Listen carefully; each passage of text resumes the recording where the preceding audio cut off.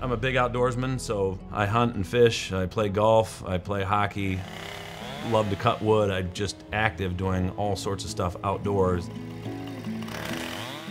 I've had knee issues probably for the past 10 years or so. I was a pitcher, so a lot of wear and tear. You're putting a lot of force on both knees, whether you're driving off or landing and planting. So I do think that had something to do with it.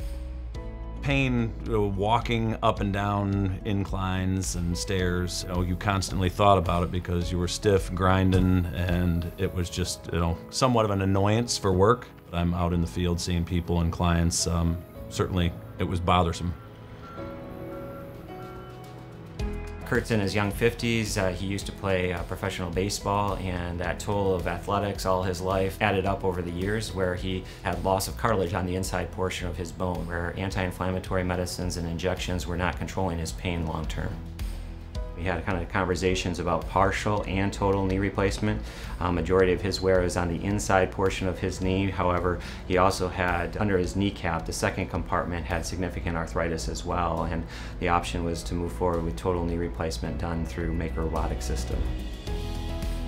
He's like, this is the newest technology and it's going to be your knee for the next 30 years. So felt like, you know what, I want to get this done, I want to move forward. There's no reason for me to wait. Before you know it, you're out of surgery and done, and in the recovery room, and then it's the process of, hey, give it a little bit of time. We walked that evening. Actually, I spent the night in the hospital, went home the next day, and been recovering since. I just felt comfortable from minute one being here with his staff that every single person on the staff was consistent, and I thought that was one of the biggest things for me.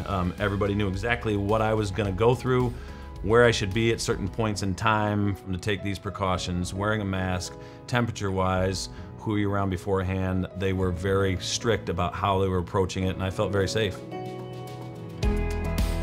I just got the second one done now. The first one was done in January, and I'm happy. I'm very happy with where I'm at.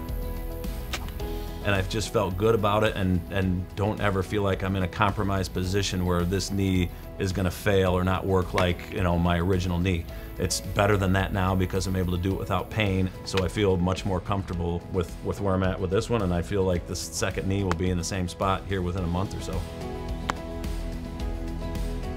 I'd have done it sooner if I'd have known how much better I feel. I would tell anybody, I just don't know somebody who's living in pain who shouldn't get it done. And that's everybody's individual decision. It would be Dr. Johnson recommending what to do, when to do it, but I think people sitting at home in pain, I'd reach out. Ms. Pedigree, along with the staff from here at the Bone and Joint Center in Holland, was two of the best experiences I've had, and I've had probably 11 or 12 surgeries.